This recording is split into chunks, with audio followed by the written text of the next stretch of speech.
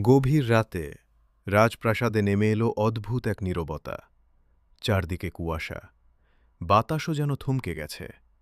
হঠাৎ রাজা পেলেন এক রহস্যময় আয়না। দরবারে গুঞ্জন উঠল, শোনা যায়, এই আয়নায় তাকালে দেখা যায় নিজের মৃত্যুর ছায়া। আর সেই ছায়া কখনোই ভুল হয় না। রাজা কাপা হাতে আয়নায় তাকাতেই হঠাৎ তার মুখ ফেকেসে হয়ে গেল। ভয়ে কাঁপতে লাগলেন তিনি। দরবারে ছড়িয়ে পড়ল গভীর আতঙ্ক। কেউ সাহস পেল না আয়নার কাছে যেতে।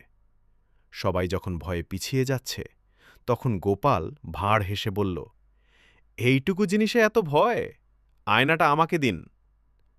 গোপাল আয়নায় তাকাতেই হঠাৎ ভেসে উঠল ভয়ঙ্কর এক দানবের মুখ।